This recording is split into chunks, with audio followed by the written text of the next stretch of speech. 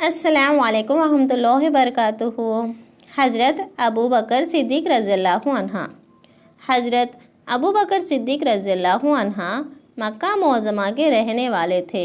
عمر میں رسول اللہ صلی اللہ علیہ وسلم سے 2-2.5 سال چھوٹے تھے۔ گویا بچپن ہی سے حضرت صلی اللہ علیہ وسلم کے ساتھی اور دوست تھے۔ جب حضرت صلی اللہ علیہ وسلم کو اللہ تعالیٰ نے رسول اور نبی بنایا اور آپ نے اس بات کو حضرت ابو بکر سے کہا تو انہوں نے فوراً مان لیا اور کہا کہ بے شک آپ اللہ کے سچے رسول ہیں۔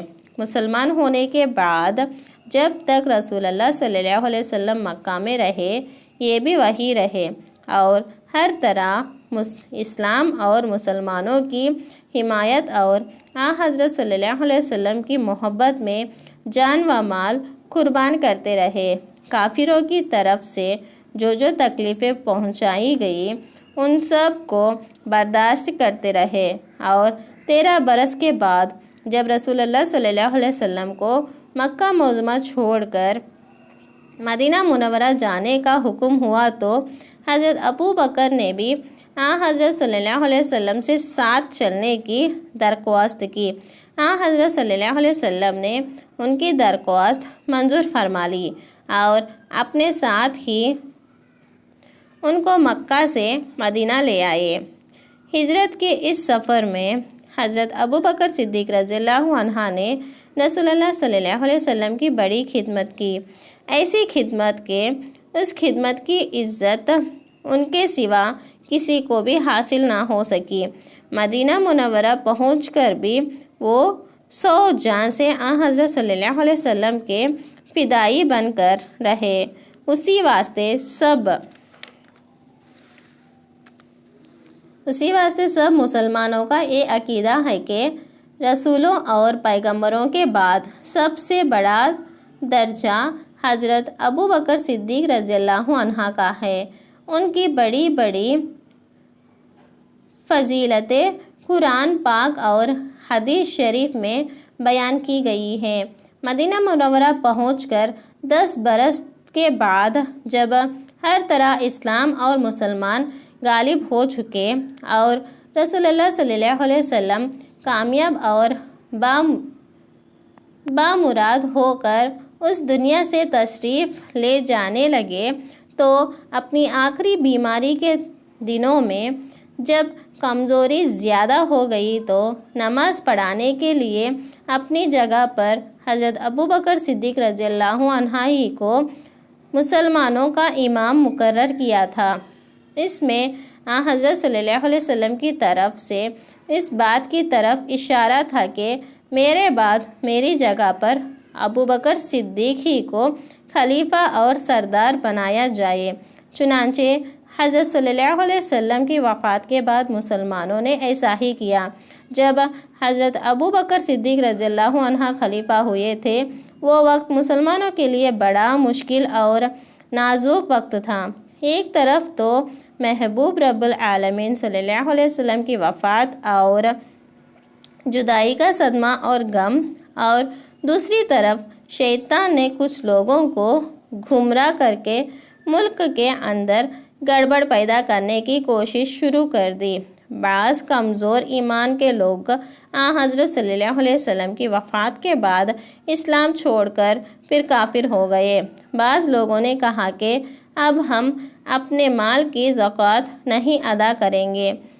اسود اور مسلمہ یہ دونوں یمن کے رہنے والے تھے۔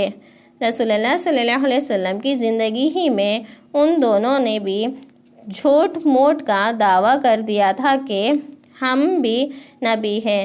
حضرت صلی اللہ علیہ وسلم کی زندگی میں تو ان کی مکاری کچھ نہ چلی۔ چنانچہ اسود تو حضرت صلی اللہ علیہ وسلم کی زندگی ہی میں مارا گیا۔ مسلمہ کذاب رہ گیا تھا۔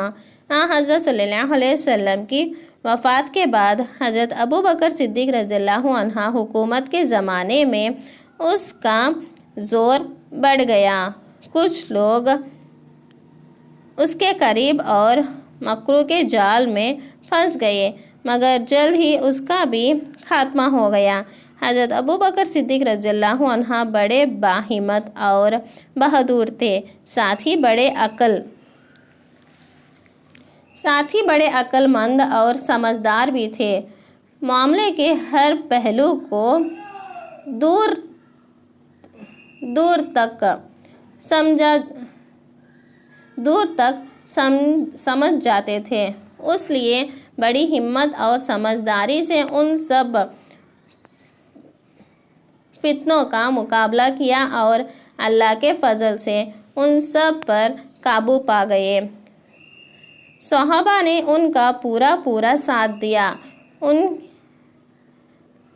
انہی کی مدد اور مشورے سے مسلمہ کے ساتھ جنگ ہوئی، مسلمہ مارا گیا۔ اس کے بعد یہ فتنہ ختم ہو گیا۔ جو لوگ اسلام سے پھر گئے تھے اور زکوٰۃ دینے سے انکار کر دیا تھا، حضرت ابوبکر صدیق رضی اللہ عنہ نے ان کے مقابلے کے لیے بھی فوجیں بھیجی، لیکن جلد ہی یہ لوگ سیدھی راہ پر آ گئے، یعنی توبہ کر کے پھر اسلام کی طرف لوٹ آئے اور اسلام کے سب حکموں کا مان کر ٹھیک مسلمان بن گئے۔ حضرت ابوبکر صدیق رضی اللہ عنہ نے کل 2 برس 3 مہینے حکومت کی۔ 23 جمادی الثانی 13 سن ہجری کو ان کا انتقال ہوا۔ انتقال کے وقت ان کی عمر 63 سال کی تھی۔ حضرت صلی اللہ علیہ وسلم کی قبر مبارک کے پاس ہی ان کی قبر ہے۔ حضرت صلی اللہ علیہ وسلم کی بیوی حضرت عائشہ رضی اللہ عنہا انہی حضرت ابوبکر صدیق رضی اللہ عنہ کی صاحبزادی ہے، جن کے ساتھ حضرت صلی اللہ علیہ وسلم کا نکاح ہجرت سے پہلے مکہ ہی میں ہو گیا تھا، مگر رخصتی ہجرت کے 3 برس کے بعد مدینہ میں ہوئی۔